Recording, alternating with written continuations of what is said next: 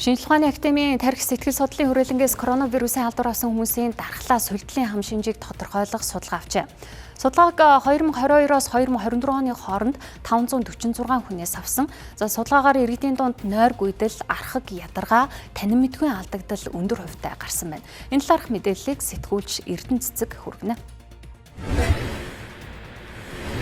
Орой минь хүргийн үзэгчтэй. Тэгэхээр коронавирусын дараах дархлаа судлалын хам шинжилгээ судалгааг Улаанбаатар хот болон 4 аймгийн хэмжээнд хийсэн. Ингээд судалгаанд хамрагдсан иргэдийн хувьд одоо нойр гүйдэл 80%, архаг ядаргаа 70%, мөн танин мэдхүйн алдагдал 20% гэсэн юм үзүүлэлт гарсан байгаа юм. Энэ нь олон улсын жишгээс өндөр үзүүлэлт байгаамаа. Тэгэхээр мэргэжилтний ярианд анхаарал хандуулъя. Дархалтын хувьд аваад үзэх юм бол нийт одоо Монгол даяар буюу одоо хамрагдсан хүмүүсээс аваад үзэх юм бол ийм архаас үлдэлийн хам шинжтэй гэж гарч ирсэн. Одоо 1.8% таа гэсэн. За энэ үзүүлэлт маань бусад одоо орон нутагт хийгдсэн судалгаануудтай харьцуулаад үзэх юм бол бас бага зэргийн одоо тийм өндөр үзүүлэлттэй гарч ирсэн гэсэн. Тэгэхээр нөгөө Монгол улсад байгаа архаас үлдэлийн хам шинж маань болохоор одоо бусад орнууд буюу Аз болон Европтой харьцуулах юм бол арай жоохон өндөр үзүүлэлттэй гарч ирсэн. За бусад орнуудад болохоор хөвчлэн 0.5-аас 1.5% таа байдаг гэсэн. Тэнгүүд манай Монгол улсын болохоор 1.8% гэдэг нь жоохон өндөр үзүүлэлттэй гарч ирж байгаа.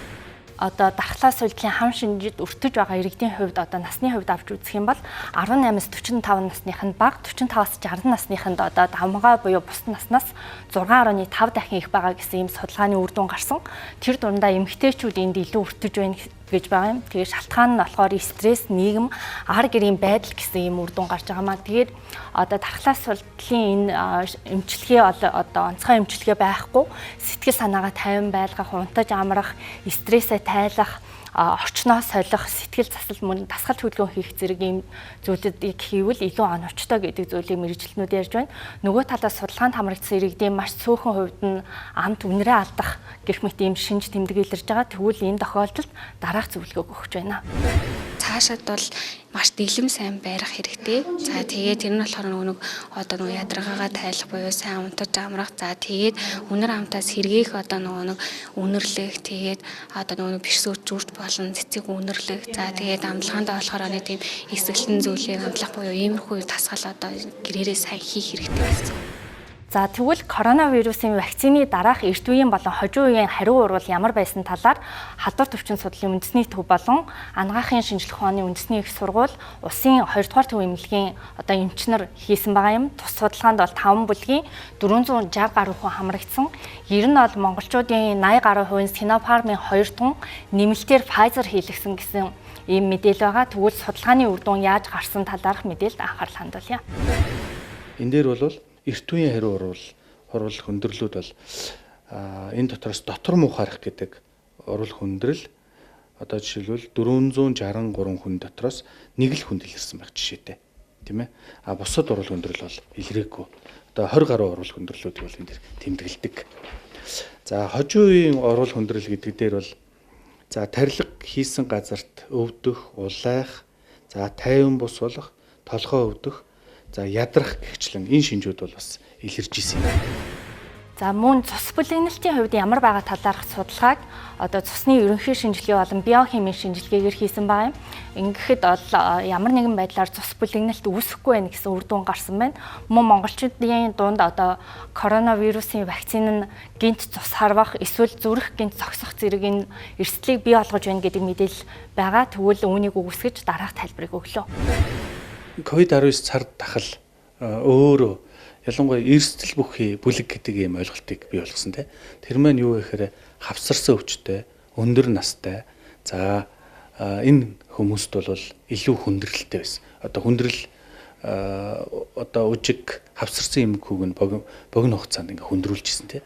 Түүнээс бол яг вакцинаас үүдээд ямар нэгэн бие даасан одоо өвчин эмгэг бол үүсэх болцоо. За захин орчинд коронавирусын вакцины сөрөг үр нөлөөтэй байгаа талаарх мэдээлэл бол гарсан. Тэгвэл үүнийг Монголын баримт шалгах төвөөс шалгахад энэ мэдээлэл нь бол хуучирсан мэдээлэл байсан. Нөгөө талаас тус судалгаа нь болохоор COVID-19-ийн вакцинууд ба онц анхаарал татхуйц гаж нөлөө гэсэн ийм судалгааг олон улсын вакцины мэдээллийн сүлжээ болон олон улсын хамтарсан баг хийсэн байгаа. Ингэхдээ 10 улсын 8 хотын 99 сая иргэнийг хамруулан тус судалгааг хийсэн. Тус судалгааны үр дүнг 2024 оны 2 сард бол нийтэлсэн. Гэтэл одоо энэ мэдээлэл нь дөнгөж сая одоо 2025 онд энэ мэдээлэл ил болж байгаа мэтээр мэдээллийг цацсан. Нөгөө талаас одоо судалгаанд хамрагдсан иргэдийн 1.7 сая иргэний нэг хүнд одоо судасны бөглөрөл үүсэж болцсошгүй гэдэг мэдээлэл бол одоо судасны бөглөрөл үүснэ гэсэн байдлаар мэдээллийг цацсан байгаа юм. Тэгэхээр Монголын баримт шалгах төвийн мэдээлэлд анхаарал хандуулъя. Маш бага хувьд нь илэрч болцсошгүй одоо тэр нөгөө судасны бөглөрөл мэдрэлийн асуудлууд гэх мэтчлэн одоо ийм асуудлууд үүсч болцсошгүй гэдэг үр дүнг боддоор олон хүнд одоо бүх одоо тариулсан хүн болгонд ийм эрсдэлтэй одоо тэгээд унтаад өглөөс ирэхгүй байгаа байдал чинь эндээс холбоотой мэн судалгаар баталчээ гэх мэтээр ингэж түгээж байгаа юм үзэгдэл гараад байгаа. Яг түгээж байгаа эхний хаягуд болохоор бас нэлээд эргэлзээтэй байнга одоо нэг ийм олон нийтийн ийм төрхөрсөн хүмүүсэл ийм божигнуулчих гэсэн ийм сэдэлтэй мэдээлүүд түгээж яадаг. Манайхаар мөн хит хитэн удаа хаягийн одоо оруулсан мэдээлүүд нь шалгагдаад худал буюу төрөгдүүлсэн гэдэг тэмдэглэлийг авч ирсэн ийм хаягуд байгаа. За энэ мэдээлэлээс харах юм бол иргэд одоо хаанаас ямар их сурвалжаас мэдээлэл авч байгаагаа шалгах шаардлагатай байгаа юм. Мөн өнөөдөр хүргэсэн мэдээллийг ерөнхийдөө дүгнээд хэлэх юм бол коронавирусын халдвар авсан хүмүүсийн дунд нойргуудал архаг ядаргаа өндөр байгааг харж болно. Мөн коронавирусын вакцины дараа цусны одоо бүлэгнэлт эсвэл одоо гэнт цус харвах зүрх зогсох гэх мэт одоо шинж тэмдэг илэрхгүй байгаа гэдгийг судалгааны үр дүн харуулж байгаамаа. Мэдээллийг хүргэлээ анхаарал хандуулсанд баярлалаа.